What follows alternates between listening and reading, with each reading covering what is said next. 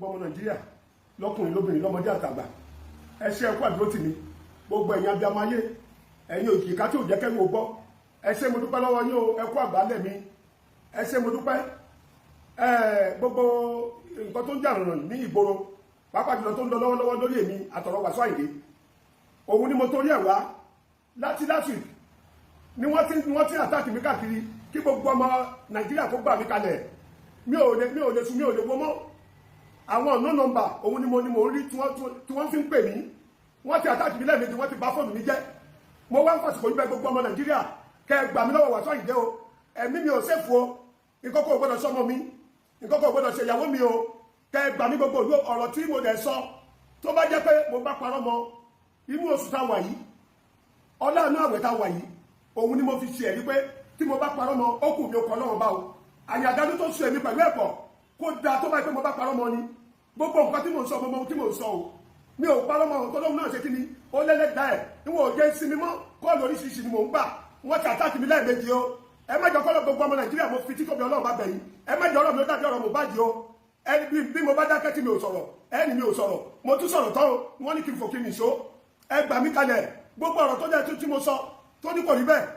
tí ẹ̀yin kan tẹ̀ lọ ẹmọrú ẹni tí Wasiu Ayinde yìí jẹ́ ẹmọrú ẹ̀dá tó jẹ́ ṣùgbọ́n Nàìjíríà ẹ máa yí òdodo ọ̀rọ̀ ẹ ní sọ ó kù ní ọkọ̀ lọ́rọ̀ bá gbogbo ẹ̀ tẹ̀lé lẹ́yìn gbogbo nǹkan tó fojú mi rí láti yí ọdún tí mo ti dẹ́yìn ẹ̀ gbogbo ẹ̀ lójú ní ọmọ àrọ́mọdọ́mọ yín ló máa rí àdàbí tí mo bá ṣe kí ni tí mo bá parọ́ mọ́ lókù ṣé ẹ torí pé mi ò lówó lọ́wọ́ ẹ torí pé mi ò léèyàn ṣé kí n panu mọ́ ni èèyàn ṣe ohun tí ò dá fún mi láti ìgbà tí mo ti kúrò ní 2022 wàhálà tó ṣẹlẹ̀ jẹ́jẹ́ mi ni mò ń lọ láti ìgbà yẹn lẹ́yìn ìgbà yẹn láti 2022 wọ́n ti lọ gbé Ayọ̀ Jamiu jáde ní London so 2 hours ló ṣe fún mi láì gbé láì báyàwó Wasiu Ayinde sùn láì jí lówó gbé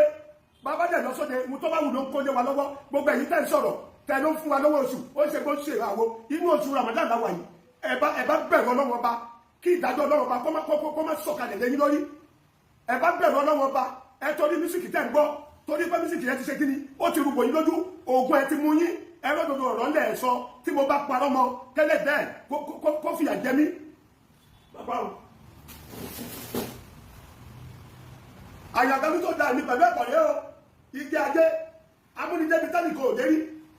amúnijẹ́ wọn ni tó dáhùn òun rèé òun ló pa èmi pẹ̀lú ẹ̀kọ́ tí mo bá parọ́ mọ́ kí Ayangalu yìí kó ṣèdájọ́ láàrin èmi pẹ̀lú ẹ̀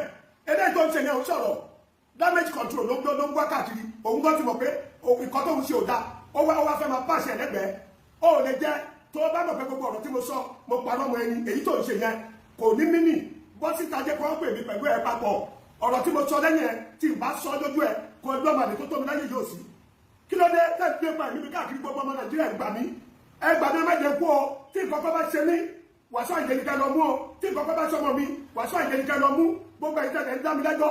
ìtàlẹ̀ wò ẹ̀ nínú ilé ibẹ̀ ni mo wà o ẹ̀yin tẹ́ sọ̀rọ̀ pé mo lọ kí ló dé tí mo tún padà wá mo lọ 32 years ibi tó kọ orúkọ oníkálukú sí iṣẹ́ tí wọ́n gbélé lórí bí wọn ò bá gbọ́ ọwọ́ kúrò bẹ́ẹ̀ bẹ́ẹ̀ yọ̀ ní ológun tó ń padà bọ̀ ní tí mo bá parọ́ mọ́ ọkù mi ó kọ́ lọ́wọ́ bá gbogbo ẹ̀yin adájọ́ ayé tẹ́ torí pé mi ò lówó mi ò dé èèyàn ẹ wá fẹ́ silent mi ẹni gbẹ́nu dákẹ́ èmi ò ní dákẹ́ tí mo bá kú Wasiu Ayinde ló pa mí o bí nǹkan kan bá ṣọmọ mi Wasiu Ayinde ló pa mí o gbogbo àbáyé ẹgbàmí kalẹ̀ ẹ̀rà mi o ẹ má jẹ́ kú o blood sucker ni ọmọkùnrin ọ̀pọ̀lọpọ̀ yín ẹ̀dẹ̀ mọ́rú èèyàn tó jẹ́ ṣùgbọ́n ẹ̀ẹ́dẹ̀ òdòdó ọ̀rọ̀ lẹ̀ ẹ̀ ní sọ gbogbo ẹ̀yìn tẹ́lẹ̀ òdòdó ọ̀rọ̀ lẹ̀ tẹ̀ sọ ọkùnrin yóò kọ́ lọ́wọ́ bá ìdájọ́ Ọlọ́run ló máa dọ̀dọ̀ lé lórí àti àwọn ọmọ yín àdàbí tó bá gbé ọ̀rọ̀ tí mo sọ tó bá gbé mo parọ́ ọmọ lókù ọkùnrin yóò kọ́ lọ́wọ́ bá kí ni mo ṣe jẹ́jẹ́ mi ni mò ń lọ ẹ tún wọnú lé mi wá ẹ wá ní kọ́ ọdún lé mi ilẹ̀ tó ń bẹ lẹ́gbẹ̀ẹ́ ọ̀dọ̀ mi mọ́tò onímọ́tò tí wọ́n gbé kalẹ̀ tí wọ́n wá túnṣe lọ́dọ̀ àwọn mẹkáníìkì ẹ lọ ya fọ́tò onímọ́tò ẹni ẹmọ́lé ni ẹni mọ́tò tó rà fún